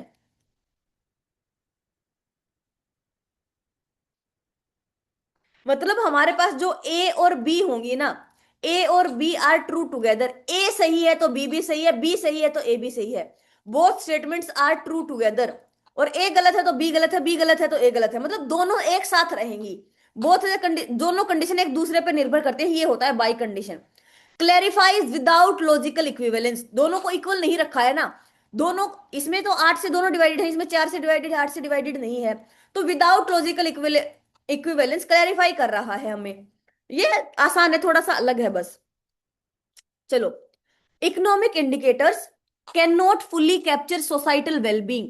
जो इकोनॉमिक इंडिकेटर्स होते हैं ना वो पूरे तरीके से सोसाइटी के वेलबींग नहीं होते। मतलब अगर किसी इंसान के पास पैसा बहुत ज्यादा है ना, उससे हमें ये नहीं समझ आता कि सोसाइटी बहुत अच्छी है। ठीक है, पैसा होने से मतलब सोसाइटी के वेलबींग का पता नहीं चलता। ठीक है, metrics such as GDP often fail to reflect inequalities and quality of life. Economic indicators can not fulfil, ये जो जीडीपी है ये एक इकोनॉमिक इंडिकेटर ही तो है, ये फेल हो जाता है। कैन नॉट फुली मतलब दोनों नेगेटिव स्टेटमेंट है हमारे पास, है ना, दोनों हमारे पास नेगेटिव स्टेटमेंट्स हैं। क्या होगा? Expands the first into a broader sociological claim. Sociological claim नहीं है ना, ये इकोनॉमिकल क्लेम है हमारे पास। सोशियोलॉजिकल क्लेम नहीं है, सोसाइटी से रिलेटेड क्लेम नहीं है ये, इसने ये इकोनॉमिक वाले पे है और उसको एक्सपेंड नहीं कर रहा है। अभी दिखाती हूँ आप लोगों को। Stands in contrast to the premise, पहले वाले का जो फाउंडेशन है ना और इसका फाउंडेशन अलग अलग है। नहीं, ये जीडीपी और इंडिकेटर इन दोनों का बेस सेम है, ये नहीं है। अनरिलेटेड, अनरिलेटेड नहीं है। देखो, provide a concrete illustration, illustration का मतलब क्या होता है? एग्जाम्पल, है ना। कंक्रीट का मतलब क्या होता है? Solid example of the limitation stated in the first. जो हमने लिमिटेशन, इकोनॉमिक इंडिकेटर की हमने एक लिमिटेशन बताई, लिमिटेशन स्टेट की है हमने फर्स्ट स्टेटमेंट में, उसी को बहुत सॉलिड एग्जांपल हमने दिया है स्टेटमेंट वन के लिए। बहुत अच्छा क्वेश्चन है। देखो, ठीक है, आप लोगों को अगर इवन बी लग भी रहा है, आप मुझे ये बताइए, स्टेटमेंट वन को पढ़िए आप। जो हमने फर्स्ट में जो लिमिटेशन बताई है, इकोनॉमिक इंडिकेटर पूरे तरीके से सोसाइटल वेलबींग को नहीं बता पाते हैं, ये इकोनॉमिक इंडिकेटर की एक लिमिटेशन है, उनकी एक कमी है ना। उसी को हमने एक बहुत सॉलिड एग्जांपल दिया। देखो कि जो जीडीपी है वो नहीं रिफ्लेक्ट करती है इन इक्वालिटीज को, सॉलिड एग्जांपल हमने दे दिया स्टेटमेंट वन के लिए। बहुत अच्छा क्वेश्चन। चलो next, legal equality does not necessarily result in social equality. जो लीगल इक्वालिटी है वो जरूरी नहीं है कि उसका रिजल्ट सोशल इक्वालिटी हो। ठीक है, अब हम आगे क्या कर रहे हैं? फॉर्मल राइट्स में को exist with entrance social hierarchies. जो सोशल सोशल हायरार्कीज है ना, जो एंट्रेंस्ड है, एंट्रेंस का मतलब होता है बिटर शार्प, बहुत मतलब नीचे गहन अंदर तक गई हुई जो एंट्रेंस है। जैसे हमारे पास ट्रेंचेस होती है ना, ट्रेंच हमारे पास होती है बहुत अंदर तक गई हुई। तो बिटर शार्प जो भी कोई नेगेटिव सी चीज है जो बहुत अंदर तक दबी हुई है, ठीक है। तो एंट्रेंस सोशल हायरार्कीज हैं, वो एग्जिस्ट करती है फॉर्मल राइट्स के साथ में भी, ठीक है। तो हमारे पास क्या होगा, लीगल इक्वालिटी जरूरी नहीं है कि तब्दील हो, लीगल इक्वालिटी से सोशल इक्वालिटी नहीं मिलती। इसने बोला है कि हमारे पास बहुत डीपली सोशल हायरार्की जो अवेलेबल है ना, उनके साथ फॉर्मल राइट एग्जिस्ट करते हैं। रिफ्यूट नहीं है, मियरली स्टेट्स नहीं है, वीकन भी नहीं है, इलुस्ट्रेट कर रहे हैं। हमने उसका एग्जाम्पल दिया है। फॉर्मल इक्वालिटी जरूरी नहीं है कि तब्दील हो सोशल इक्वालिटी में ही, जिसके लिए हमने एक एग्जाम्पल दिया है कि फॉर्मल राइट के साथ साथ जो हमारे पास अंदर तक दबी हुई सोशल हायरार्कीज हैं वो एक साथ एग्जिस्ट करती हैं। हमने उसका एग्जाम्पल दिया है स्टेटमेंट वन का ही। तो इलुस्ट्रेट्स द फर्स्ट हो जाएगा। चलो, moral judgments are often shaped by cultural context. जो देखो, moral judgment are often shaped, जिस जहां का जो कल्चर होता है ना, वहां से उस इंसान के मोरल्स बनते हैं। जैसे हमारे लिए मम्मी पापा के साथ बैठ के मतलब दारू वारू पीना गलत है, ये हमारे लिए गलत क्यों है? क्योंकि हमारे कल्चर में इसको मोरली गलत माना जाता है ना। अब जो अंग्रेज लोग हैं वो मस्त अपने मम्मी पापा के साथ बैठ के दारू वारू पीते हैं, इसका मतलब वहां का कल्चर उस चीज के लिए अलाउ करता है। तो जो मोरल जजमेंट्स जो हम पास करते हैं ना, कोई भी इंसान, जो जो मोरल जजमेंट्स होती हैं हमारी, वो शेप वो कहाँ से बनती हैं? क्योंकि वो कल्चर से बनती हैं, ठीक है। Practice is deemed ethical in one society. जो प्रैक्टिसेस मतलब जो एक्शंस एक सोसाइटी में एथिकल दिखते हैं, क्या पता दूसरी वाली सोसाइटी में उनको क्रिटिसाइज किया जाता हो। तो हर एक कल्चरल कॉन्टेक्स्ट डिपेंड करता है वहां का मोरल जजमेंट। क्या हो जाएगा answer? Restates the first without analytical gain. Without analytical gain क्यों है भाई? एनालाइज किया है हमने। कॉन्ट्राडिक्ट नहीं, सेम बात बोल रहे हैं। Shift the discussion. Discussion shift कहां हुआ है? डिस्कशन शिफ्ट नहीं हुआ है। Explicates the relativity premise of the first. उनका जो रिलेटेड जो उनका बेस है ना, उसको एक्सप्लिकेट किया है। डिस्कशन शिफ्ट कहां हुआ है? उसी चीज पे तो हम डिस्कस कर रहे हैं। चलो, the village council resolve local dispute. Village council है वो लोकल डिस्प्यूट को रिजोल्व करती है, इस एरिया में वो काम कर रहा है। Judiciary adjudicates disputes at the national level. इसी चीज को एक बड़े लेवल पे दिखाना, एक चीज है उसी को ब्रॉडर लेवल पे दिखाना। ये मैंने अभी अभी आपको समझाया था। ब्रॉडर लेवल पे दिखाना, उसको एक बड़े लेवल पे दिखाना क्या होता है? एक्सकलेट करना होता है। एडिशनल इंफॉर्मेशन नहीं, कॉन्ट्राडिक्ट नहीं, प्रोवाइड्स एस्केलेटरी इंफॉर्मेशन। सी हमारे पास होगा। देखो, अब इसमें दोनों में ही क्या है, उसके जस्टिस की बात हो रही है। विलेज काउंसिल इस लेवल पे काम करती है, उसी पर्टिकुलर चीज को एक बड़े लेवल पर दिखाना, उसी चीज को इंटेंसिफाई करना, प्लस प्लस प्लस करना, उसको क्या बोलते हैं? एस्केलेटरी इंफॉर्मेशन हम बोलते हैं, ठीक है। चलो, moral responsibilities pre spouses freedom of choice. जो मॉरल रिस्पॉन्सिबिलिटी है, pre spouses freedom of choice. एक मॉरल जो रिस्पॉन्सिबिलिटी वो पहले से ही एज्यूम करती है फ्रीडम ऑफ चॉइस, ठीक है। Moral responsibility can not exist in the absence of freedom of choice. बता दो क्या है?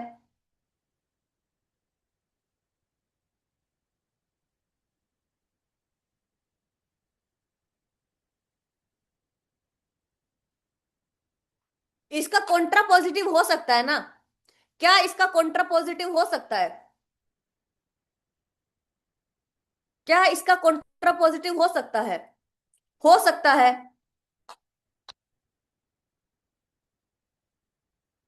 जो मॉरल रिस्पॉन्सिबिलिटी है वो पहले से एज्यूम करके चलती है freedom of choice. Moral responsibility exist नहीं कर सकती absence of freedom of choice, मतलब कॉन्ट्रा पॉजिटिव हो सकता है लेकिन ऑप्शंस में नहीं है। तो हमने उसी कॉन्ट्राडिक्ट नहीं कर रहा है, वही हम बात बोल रहे, तो क्या हो जाएगा? रीस्टेट। ऑप्शंस के हिसाब से हमारे पास रीस्टेट हो जाएगा, हमने उसी बात को रीस्टेट किया है।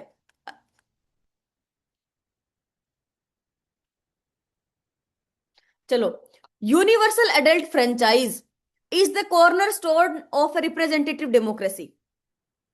ठीक है, जो यूनिवर्सल एडल्ट फ्रेंचाइज है वो किसी भी एक डेमोक्रेसी का कॉर्नर स्टोन है। वो क्या करता है? It ensures that every adult citizen regardless of background has an equal voice in electing their government. क्या होगा? कॉन्ट्रास्ट नहीं, उस पर्टिकुलर चीज का प्रभाव नहीं है, सॉल्यूशन नहीं है, क्या है? नॉर्मल एक्सपेंशन है ना। पहले वाली बात को नॉर्मली एक्सपेंड वो कर रहा है। चलो, the industrial revolution led to unprecedented economic growth and urbanization in Europe. Industrial revolution की वजह से क्या हुआ? बिना गिन अनप्रेसिडेंटेड, जिसको नापा भी नहीं जा सकता है, इतनी इकोनॉमिक ग्रोथ और अर्बनाइजेशन हुआ। ठीक है, this period also initiated wide spread environmental pollution and poor working condition in factories. Confirms the first. Economic growth और अर्बनाइजेशन को कंफर्म थोड़ी ना किया है, नहीं। States and effect of the first, पहली वाली बात का प्रभाव नहीं, नगेट्स द फर्स्ट नहीं, presents a contrasting consequence of the first. देखो, इंडस्ट्रियल रेवोल्यूशन के, देखो, प्रेजेंट्स अ कॉन्ट्रास्टिंग कॉन्सिक्वेंस, जो ये प्रेजेंट करता है contrast consequence of the first. पहले वाली बात का जो कॉन्सिक्वेंस है, देखो, इंडस्ट्रियल रेवोल्यूशन, इंडस्ट्रियल रेवोल्यूशन के दो कॉन्सिक्वेंसेस हैं। एक स्टेटमेंट वन में मेंशन्ड है कि इकोनॉमिक ग्रोथ है, पॉजिटिव स्टेट है, और ये हमारे पास कंक्लूजन दिख रहा है। स्टेटमेंट वन में भी कंक्लूजन दिख रहा है, स्टेटमेंट टू में भी कंक्लूजन है, लेकिन ये नेगेटिव कंक्लूजन है इंडस्ट्रियल रेवोल्यूशन का। तो हमारे पास स्टेटमेंट टू है, ये प्रेजेंट कर रही है कॉन्ट्रास्टिंग कॉन्सिक्वेंस। पहले वाली बात, पहले वाली स्टेटमेंट में जो कॉन्सिक्वेंस दिखाया गया है उस कॉन्सिक्वेंस से कॉन्ट्रास्ट कर रहा है हमारा ये कॉन्सिक्वेंस। ठीक है। अच्छा, अगर जिसको ये लग रहा है कि स्टेट्स एंड इफेक्ट, इफेक्ट क्या इकोनॉमिक ग्रोथ और अर्बनाइजेशन का इफेक्ट है क्या? ये इंडस्ट्रियल रेवोल्यूशन का इफेक्ट है, और इंडस्ट्रियल रेवोल्यूशन का इफेक्ट तो ये भी है। बहुत अच्छा क्वेश्चन है ये। देखो, इसमें हमने स्टेटमेंट वन में क्या बोला है? Industrial revolution led to unprecedented economic growth. Industrial revolution हुई, जिसका रिजल्ट क्या हुआ? कि इकोनॉमिक ग्रोथ हुई। तो हमारे पास ये जो है ना, ये इस स्टेटमेंट वन का रिजल्ट नहीं है, ये सिर्फ इसका रिजल्ट है। ये पूरी स्टेटमेंट वन का इफेक्ट नहीं है, ये सिर्फ इंडस्ट्रियल रेवोल्यूशन का इफेक्ट है। इसका इफेक्ट एक हमारे पास ये अवेलेबल है, और एक इसका इफेक्ट है कि पॉल्यूशन बढ़ रहा है। ठीक है, और ग्रोथ बढ़ रही है। तो दोनों हमारे पास इंडस्ट्रियल रेवोल्यूशन के कॉन्सिक्वेंसेज हैं, स्टेटमेंट वन में भी और स्टेटमेंट टू में भी। और जो दोनों कॉन्सिक्वेंसेज, जो दोनों रिजल्ट्स हमारे पास अवेलेबल है, दोनों एक दूसरे से कॉन्ट्रास्ट में है, दोनों रिजल्ट एक दूसरे से अलग हैं। बहुत अच्छा क्वेश्चन है यार, समझो तुम इस बात को। हमारे इसमें ना ये अनप्रेसिडेंटेड इकोनॉमिक ग्रोथ और अर्बनाइजेशन का इफेक्ट थोड़ी ना है, ये पूरी स्टेटमेंट वन का इफेक्ट नहीं है, ये सिर्फ इंडस्ट्रियल रेवोल्यूशन का इफेक्ट है। इंडस्ट्रियल रेवोल्यूशन का इफेक्ट तो ये भी है, स्टेटमेंट वन में भी इफेक्ट दिख रहा है, स्टेटमेंट टू में भी इफेक्ट दिख रहा है, और जो दोनों इफेक्ट दिख रहे हैं वो एक दूसरे से अलग हैं। तो presents a contrasting consequence of the first, पहले वाले से कॉन्ट्रास्ट का रिजल्ट दिखा रहा है। ये बहुत अच्छा क्वेश्चन। चलो, a scientific theory must be falsifiable through experiment और ऑब्जर्वेशन। एक साइंटिफिक थ्योरी है, उसको हम फॉल्स प्रूव कर सकते हैं एक्सपेरिमेंट और ऑब्जर्वेशन से। ठीक है, साइंटिफिक थ्योरी को हम फॉल्स प्रूव कर सकते हैं एक्सपेरिमेंट और ऑब्जर्वेशन से। द क्लेम, ऐसा क्लेम करना कि एक एन अनविजिबल और undetectable dragon lives in my garage is not a scientifical theory. क्या हम इसको कभी भी फॉल्स प्रूव कर पाएंगे? जब वो इंसान ये बोल रहा है कि उस चीज को हम देख ही नहीं सकते हैं, वो अनडिटेक्टेबल है, ऐसा ड्रैगन मेरे गैराज में रहता है, क्या ये साइंटिफिक थ्योरी है? नहीं है। साइंटिफिक थ्योरी क्या होती है? जिसको हम एक्सपेरिमेंट और ऑब्जर्वेशन से फॉल्स प्रूव कर सके, इसको फॉल्स कॉन्ट्रडिक्ट नहीं कर रहा है।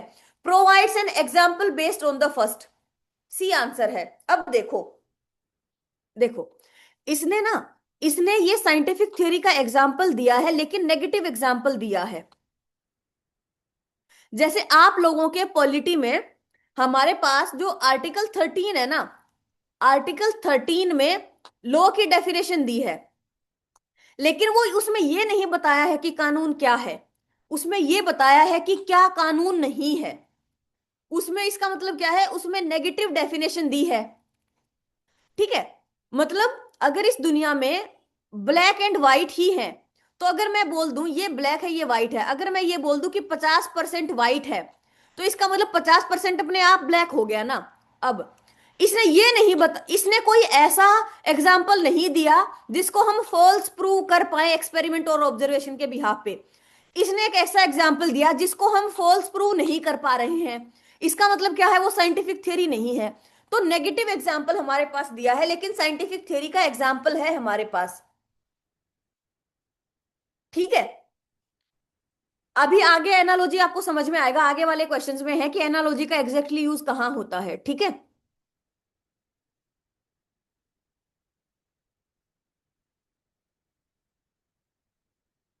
अच्छा, स्टेट की डेफिनेशन है क्या, स्टेट या लॉ में से किसी की डेफिनेशन है? 12 या 13 आर्टिकल में नेगेटिव डेफिनेशन है, अभी मेरे को एग्जैक्ट ध्यान नहीं आ रहा, बहुत टाइम हो गया पढ़े हुए। चलो, the judicial system is designed to be independent of the executive and legislative branches of government.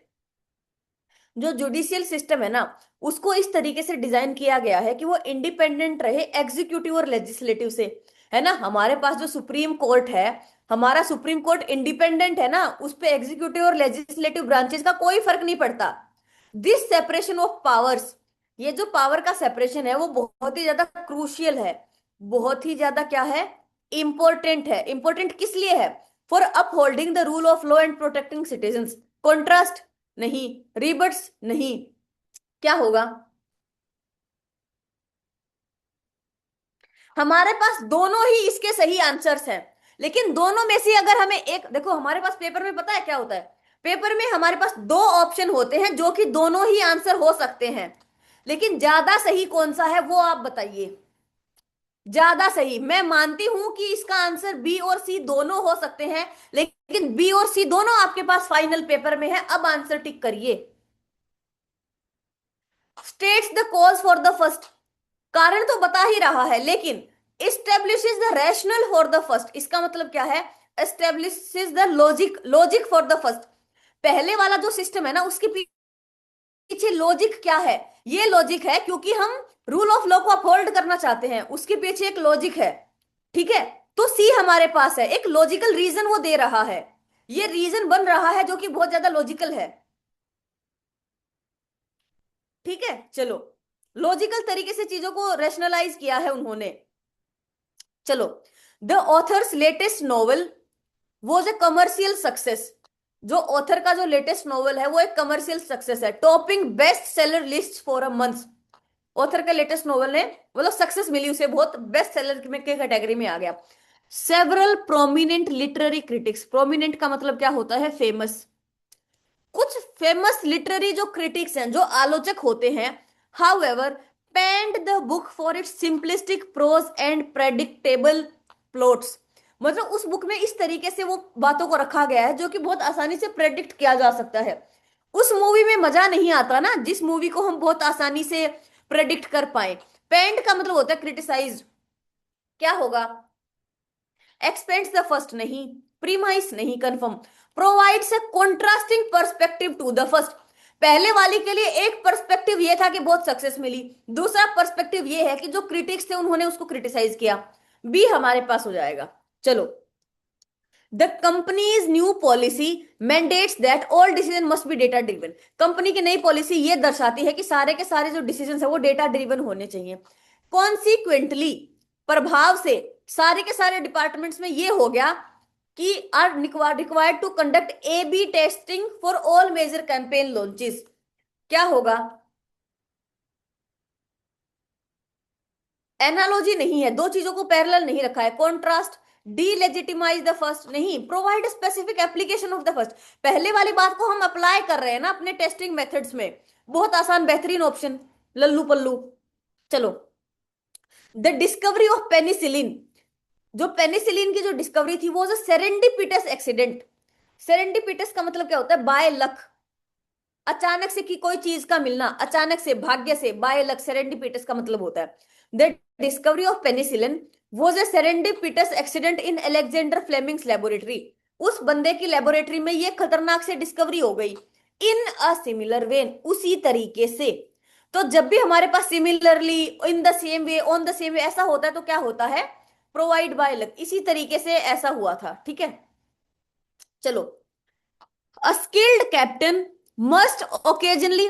पता है जब भी हमारे पास एनालॉजी होता है ना, तो मैक्सिमम टाइम हमारे हमें ऐसा देता है कि सिमिलरली, इन द सेम वे, उसी तरीके से, ठीक है, इस तरीके से देता है। लेकिन अगर नहीं भी देता है तो भी आप एक बार पढ़ लेना, ठीक है। चलो, एक स्किल्ड कैप्टन है, उसको must occasionally adjust the ship's course to account for changing winds and currents to reach the final destination. Final destination तक पहुंचने के लिए जो स्किल्ड कैप्टन है, उसको अपने शिप के कोर्स को बदलते रहना पड़ता है। अ सक्सेसफुल बिजनेसमैन, यहाँ पे एक स्किल्ड कैप्टन है, यहाँ पे हम एक बिजनेसमैन को ड्राफ्ट कर रहे हैं। Leader must be willing to adapt strategies in response to market shift. यहाँ पे हवाएं इधर उधर बदल रही हैं तो वो अपने शिप का कोर्स बदल रहा है। यहाँ पे मार्केट शिफ्ट हो रही है तो अपने अपने स्ट्रेटेजीज को बदल रहा है। तो सिमिलर तरीके से चीजें ऑन गोइंग है ना, तो क्या हो जाएगा? Provides an analogy for the first, ठीक है। चलो, the fundamental premise of a free market economy is that competition leads to efficiency and innovation. Fundamental premise of a free market economy is that, जो fundamental base है ना किसी भी free market economy का, वो ये है कि कंपटीशन से ही एफिशिएंसी और इनोवेशन बनता है। दिस इज वाई, इसकी वजह से गवर्नमेंट ने often enact antitrust laws to prevent the formation of monopoly that can stifle competition.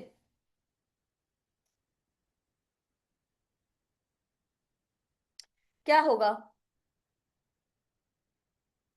Provides a logical policy extension for the first. ये ऐसा ऐसा हो रहा है जिससे एफिशिएंसी और इनोवेशन बूस्ट हो रहा है, इसकी वजह से गवर्नमेंट ये पॉलिसी लेके आती है। ये हो जाएगा। कॉन्ट्रास्ट नहीं है, एक्सेप्शन नहीं है, डाइल्यूट नहीं है, एलिमिनेट कर करके बहुत आराम से कर सकते हो। चलो, the coach believes that victory is achieved not by individual brilliance.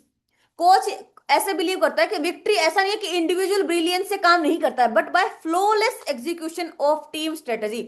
Team strategy main है, इंडिविजुअल ब्रिलियंस से कुछ नहीं होगा, ठीक है। देयर फोर, जिसकी वजह से, देयर फोर मतलब हेंस, एज ए रिजल्ट,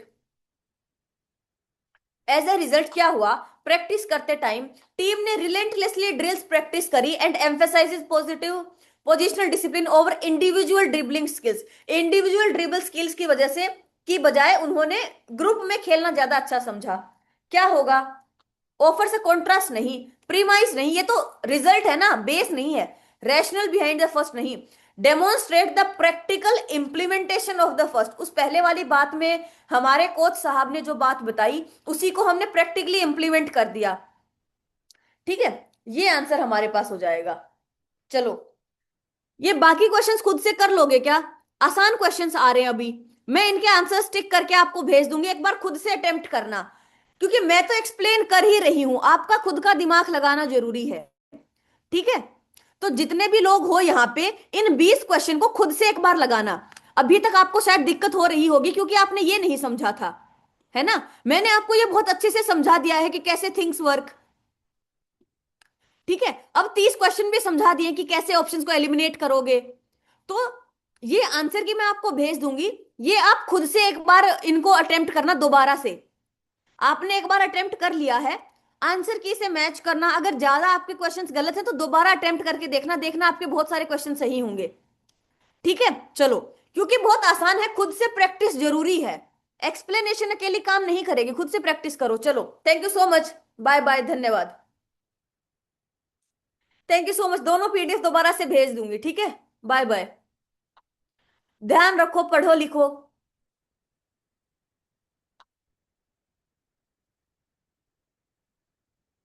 कोई बात नहीं, हो जाएंगे सही।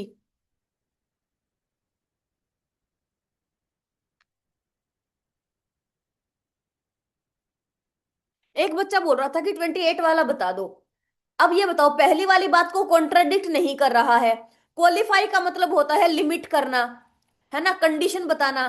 कंडीशन भी नहीं बता रहा है, उस पहली चीज का प्रभाव नहीं बता रहा है। ये जिस तरीके से यहाँ पे काम होता है वैसे ही यहाँ पे काम होता है। दो चीजों को पैरेलल रख के हम कंपेयर कर रहे हैं, इसलिए प्रोवाइड्स एन एनालॉजी हमारे पास हो जाएगा, ठीक है। चलो, थैंक यू सो मच यार, बाय बाय, ध्यान रखो, पढ़ो। Bye bye. ठीक है, आंसर की मिल जाएगी, अभी मिल जाएगी।